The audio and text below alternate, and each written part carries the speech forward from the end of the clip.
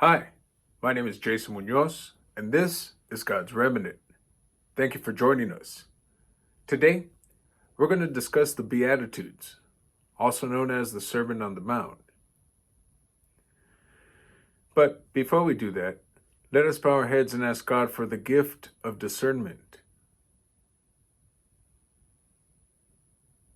Abba, Yahweh, blessed is you, creator of the heavens and earth. Guide us in our actions and in our decisions. Forgive us for our trespasses, and deliver us from all forms of witchcraft.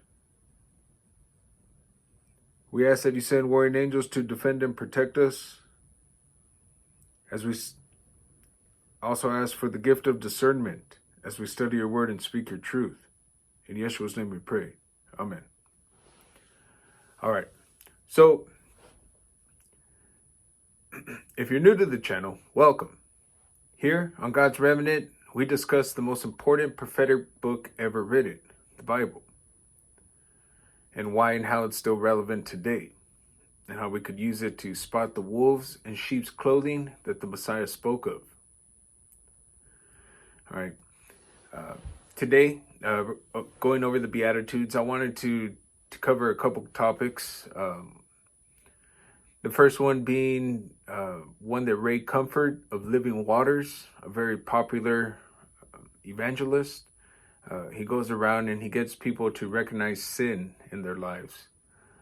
But I think he's doing a disservice to the word because, for one, he's using texts that's further down the line. Today we're going to be reading from the William Tyndale Bible, which it's a lot more closely related to the Greek text. Okay, and he uses if you look at a woman with lust, you've committed adultery with her in your heart. All right, and when we look at William Tyndale, it doesn't say that, and we'll get into that. But also, before we get into Matthew chapter 5, I wanted to get the meaning of the word "but" established. It's a short 3-letter word, but yet it's very powerful. The word totally negates whatever is said before it. And I could actually argue that it's a form of mental abuse. We're not going to get into it today. We're just going to gloss over, but it's a form of the Hegelian dialect, and where you combine the thesis and the antithesis to create sublation and synthesis, okay? We'll get into that in another video, but let's just say, let's stick to the word "but" for now. To give you an example, if I were to tell you that I really like the way you completed this project, but I would have done it this way. The fact that I would have done the project differently is proof that I dislike the original project. Now that we have that baseline and understanding, let's take a look at the Beatitudes and see how Lucifer has managed to passive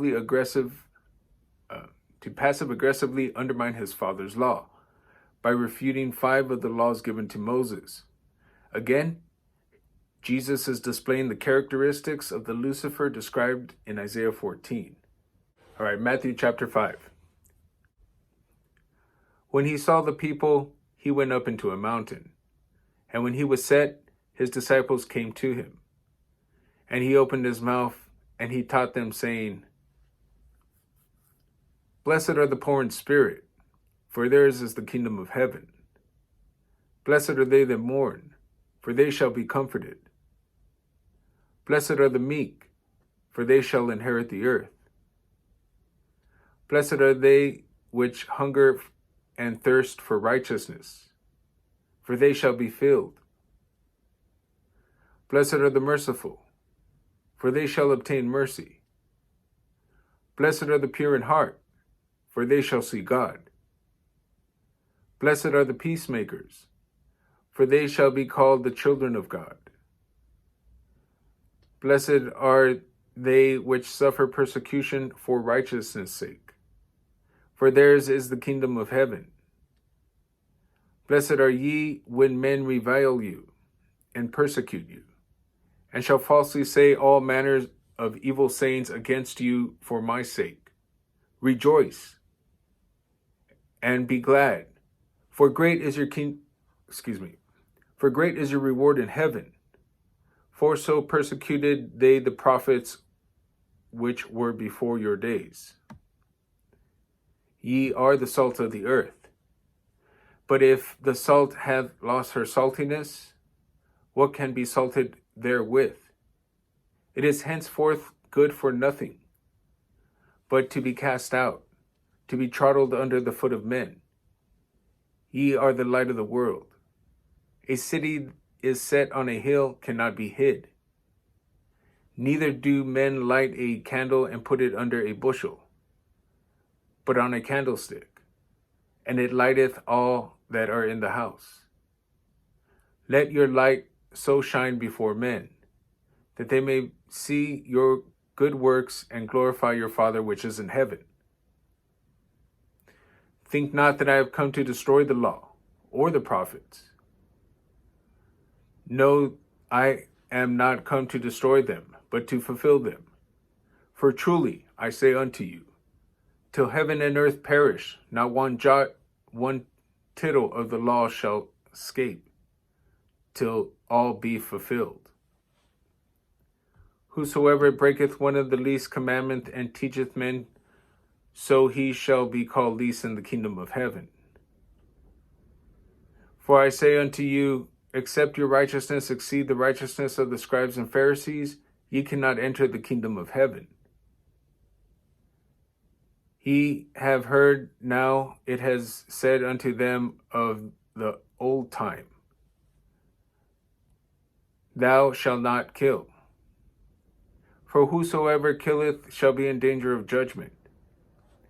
But I say unto you, whosoever is angry with his brother shall be in danger of judgment. Whosoever saith unto his brother, Raca, shall be in danger of counsel. But whosoever saith, Thou fool, shall be in danger of hellfire. Wherefore, when thou offerest thy gift at thy altar, and there rememberest thou that thy brother ought against thee, leave there thy offering before thy altar, and go thy way first, and reconcile to thy brother.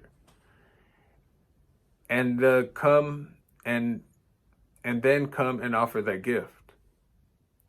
Agree with thine adversary quickly, while thou art in thy way with him, lest that adversary deliver thee to the judge, and the judge deliver thee to the minister, and then thou be cast into prison. I say unto thee verily, thou shalt not come out hence till thou have paid the utmost farthing. Ye have heard how it was said to them of old time, Thou shalt not commit adultery. But I say unto you, that whosoever looketh on a wife lusting after her, hath committed adultery with her already in his heart.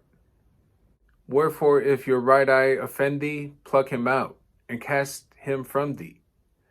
Better it is for thee that one of the members perish, than thy whole body shall be cast into hell. Also, if thy right hand offend thee, cut him off and cast him from thee. Better it is that one of the members perish, than the whole body shall be cast into hell. It is said, Whoever put away his wife, let him give her a testimony also of the divorcement. But I say unto you, whosoever put away his wife, except for it be for fornication, causeth her to break matrimony, and whoever marrieth her that is divorced breaketh wedlock. Again, ye have heard how it was said to them of old time, Thou shalt not forswear thyself, but shalt perform thy oath to God. But I say unto you, swear not at all, neither by heaven, for it is God's seat, nor by the earth, for it is his footstool, neither by Jerusalem, for it is the city of the great king, Neither shalt thou swear by thy head, because thou cannot make one white hair nor black. But your communication shall be yea, yea, nay, nay. For whatsoever is more than that cometh of evil. Ye have heard how it is said, an eye for an eye, a tooth for a tooth. But I say to you, that ye resist not wrong, but whoever give thee a blow on thy right cheek, turn to him the other. And if any man will sue thee at the law, and take thy cloak, let him have thy cloak also. And whosoever will compel thee to go a mile with him, go with him twain. Give to him that asks, and from him that would borrow turn not away. Ye have heard how it has been said, thou shalt love thy neighbor and hate thine enemy. But I say unto you, love your enemies, bless them that curse you, do good to them that hate you. Pray for them which do you wrong and persecute you, that ye may be children of your Father that is in heaven. For he maketh his sun to arise on the evil and the good, and sendeth his rain on the just and unjust. For if ye love them which love you, what rewards shall ye have? Do not the publicans even so? And if ye be friendly to your brethren only, what singular thing do ye? Do not the publicans likewise? Ye shall therefore be perfect, even as your Father which is in heaven is perfect. Matthew chapter 5, Tyndale's New Testament. So, there's a couple things that I just want to cover base real quick. First and foremost, the rape comfort issue. It clearly says that if you look at a wife with lust, okay, a woman's just, it's too general. That puts women in a category. A wife is a woman, but she's already committed to somebody. Okay, so there's a difference there, and it handicaps the future religious generations, right? Because people are going to say, well, why read the Bible if you got to swear off women like a monk or something? You know what I mean? And it's not the case. That's misleading. All right, but another thing I wanted to get into and show how it's mental abuse, what Jesus Christ is doing to his followers. So, besides the whole lusting after a wife, not a woman, that we need to correct. I do have a problem towards the end, like in the beginning, he gives us a list of blessed are, the meek, for they shall inherit the earth. And all that, but at the end, he does tell us, bless them that curse you. Okay, so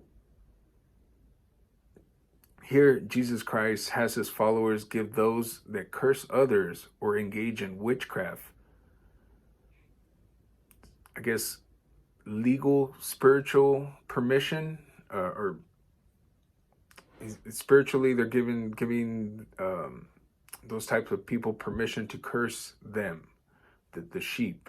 Okay, follow me.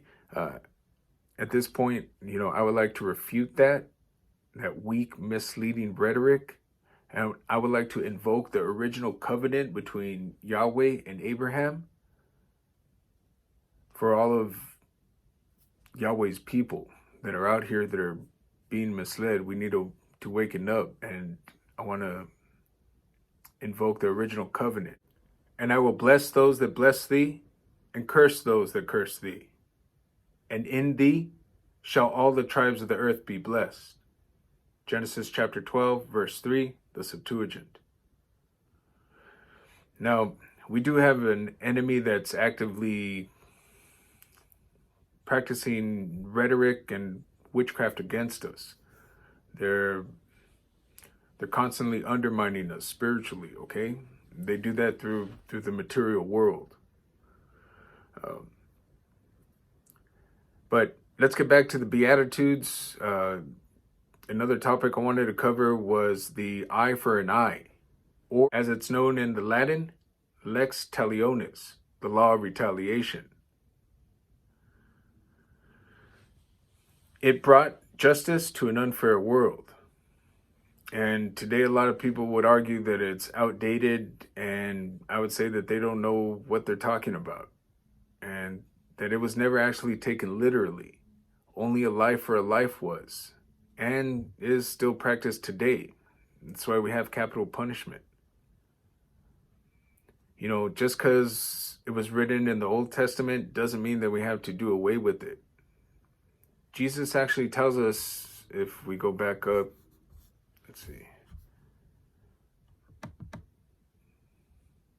in Matthew chapter 5, verse 17, think not that I am come to destroy the law or the prophets. No, I am not come to destroy them, but to fulfill them. So he's saying he didn't come to do away with an eye for an eye, right? So then what prophecy is he talking about that he came to fulfill them? What, you know, and again, it leads us back to Isaiah chapter 14. But we'll get back to an eye for an eye. In ancient times, this was actually a form of recompense, not vengeance. Recompense means to award or compensation to. Example, let's say that you're injured, or you injure a man and he can't work at his given profession. Then you would have to help support him and his family financially because he lost the ability to do so. An eye for an eye was the ultimate statement in human equality, stating that everyone's eye, noble or commoner, are of equal value. It was far more just and merciful than our own flawed justice system that we have today. So then, the Messiah, Jesus Christ, he replaces one of the most fair and just laws that humanity has ever known with what? What does Jesus tell us to do? But I say to you that ye resist not wrong, but whoever give thee a blow on thy right cheek, turn to him thine other. And if any man sue thee at the law, and take away thy cloak, let him also have thy cloak also. Let him have thy cloak also. Matthew chapter 5, verses 39 through 40. Tyndale, New Testament. Resist not wrong? Given to evil? You know, what? That's what your Messiah is telling you? I wonder what the world will look like if we apply that philosophy to our society. You know, we don't have to. Take a look around. The moral compass is askew. Okay. I understand that all this has to happen, that it has to become more like the days of Noah before the Son of Man returned. All right, guys. Give you something to think about. If you got anything out of this video, like, share, and subscribe.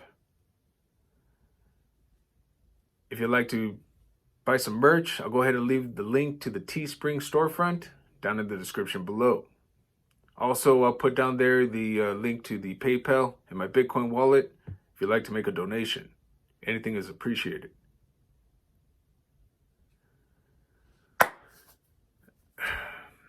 All right, guys. May God protect you. Until next time.